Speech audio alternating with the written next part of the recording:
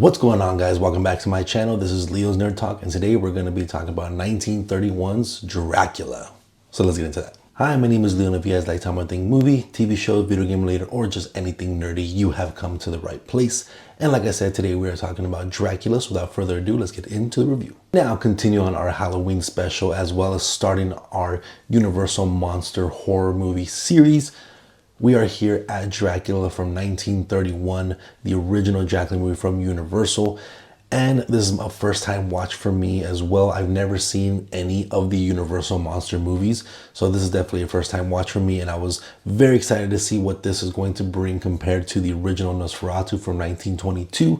And there's a lot of similarities, a lot of differences.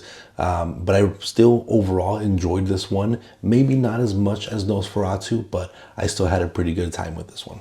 But with that being said, let's go ahead and get into my pros. And start off my pros, I think that the actual story here is, again, done very well. Of course, adapting the Bram Stoker's Dracula book.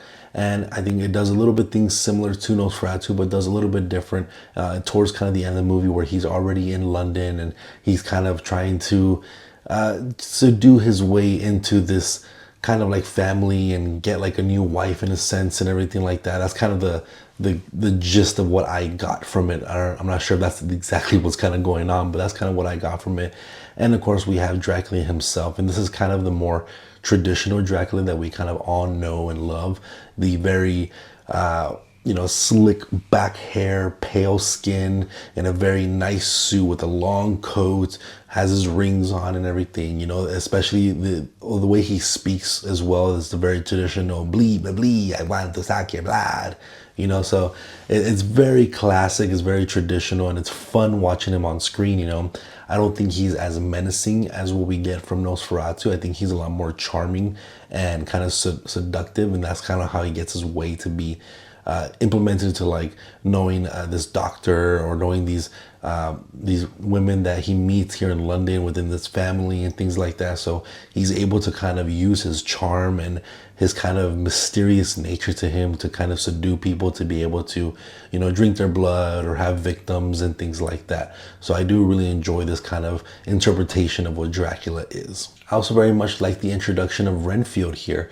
We didn't really see Renfield in Nosferatu, but I do like how we kind of see him be the person that goes to Dracula, that's going to be selling him the new castle in London, and him kind of transitioning from being this kind of real estate agent into, one of Dracula's loyal members as Renfield, kind of his right-hand man, the one that helps him bring his boxes of dirt from Transylvania over to London and does his bidding and whatever he wants. He's kind of like a slave in the mind, where Dracula kind of controls whatever he needs to do. He tells him to do it, and he kind of has not really a say of what he wants to do. So I do really like the introduction of Renfield here. I have some issues with that character in particular, which we'll get a little bit more into in the cons, but I do like that we did kind of bring forth that character that's kind of a classic right-hand man to Dracula. And I do think this movie is directed very nicely. It's paced very well.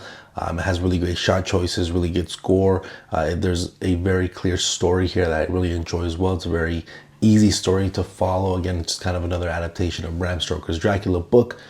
But overall, I think as a filmmaking, visual and filmmaking kind of movie, it's done very well. Very similar to Nosferatu. This is one of those movies that if you like horror movies, or if you just like film in general, this is definitely one of those that is an absolute must watch, because this is of course a horror classic that many people love, and that I also thoroughly enjoyed. Another character that I also liked that was introduced in this movie was Van Helsing, Dr. Van Helsing, Professor Van Helsing I should say, and how he kind of starts to realize what Dracula is by just little clues, by sampling Renfield's blood, or by being able to tell that there's no reflection of Dracula off the mirror. There's like a little cigarette box and stuff like that. So him being able to slowly piece everything together, piece the puzzles together to figure out that Dracula is in fact this vampire, this mythical creature that nobody believes, but he is able to prove it right.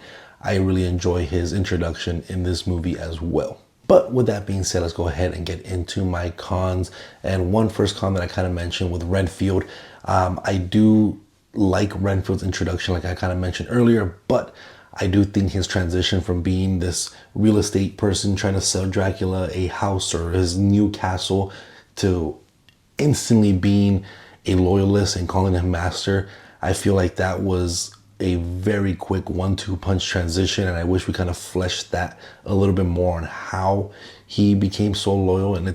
And you know, the way they tell it is it happens overnight. You know, overnight he becomes loyal to Dracula, but I wish we kind of saw that realization or some sort of connection or a little bit more fleshed out of how he went from being a little bit reserved and kind of afraid of Dracula once he finally meets him and kind of realizes he's a little off, to being loyal and calling him master and doing whatever he wants him to do.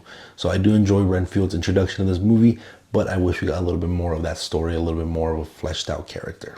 One thing too with Dracula, I do like what they did with this character in terms of him being very charming and seductive and kind of being a different sort of vampire. I wish we got a little bit more of that horror element within him. I felt like he was very much tamed down on how his vampire natures kind of come out.